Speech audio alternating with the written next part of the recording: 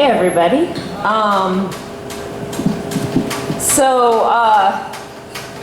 I am not a poet. I suppose I'm kind of an anomaly, but I'm not a poet who processes anything through writing. I usually have to process and then write a good long time later. But for some reason, I was able to write this the day after the Texas shooting, which was very unusual for me. It doesn't really need a content warning, but perhaps a warning insofar as it is not a redemptive or hopeful poem. This is called The Difference Between Value and Currency. Whose terror has value? Whose terror do we edify? Whose terror is holy? Whose terror is heard?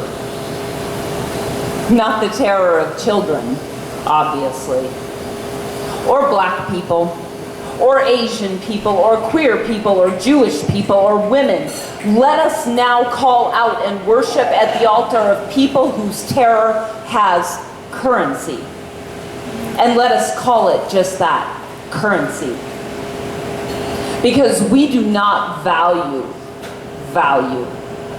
We have nothing holy, nothing sacred, nothing inviolable, nothing to edify except currency. So we must call the terror of those in power what it is, which is currency. Pure gold, fingers filled with the Midas touch wrapped around the trigger of a semi-automatic rifle, ready to print 1 billion more dollar bills and cash in on the nation's collective grief and sorrow. You see, in spite of what some people say, trickle-down economics really does work.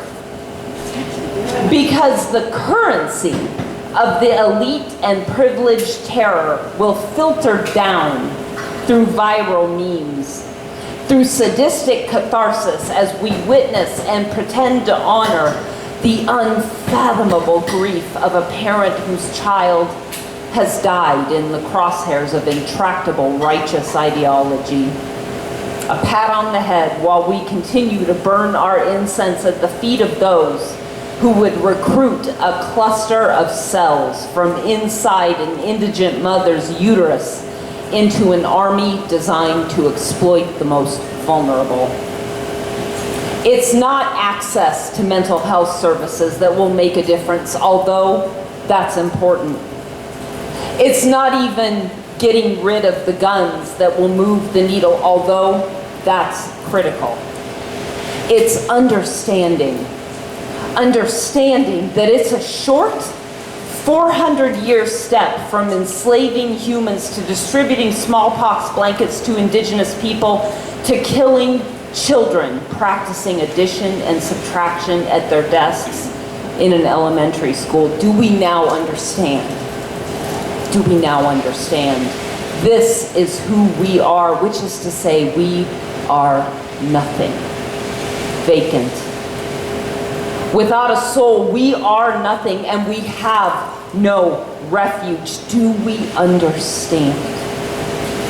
When we can entrap humans and chain them to the dungeon of a ship and deliver them to their new lifetime of enslavement, then we can shoot indigenous women, children in the back as they run away. Then we can beat elderly Asian women in the street. Then we can kill queer people dancing in a nightclub. Then we can colonize the walls of any woman's womb.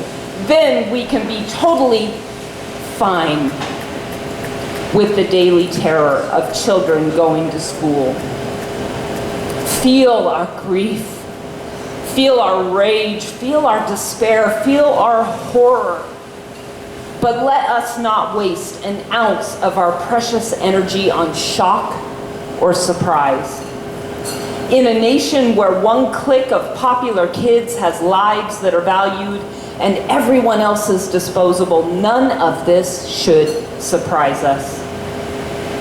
Sanctity of life is the fruit at the top of the tree reserved for a few. We're perfectly okay with terror being the water that everyone else swims in. Because whose terror has currency?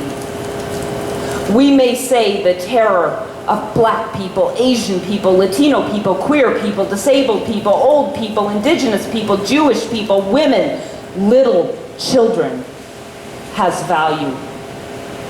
But until it has currency, it's high time to admit we are fucked. Thank you.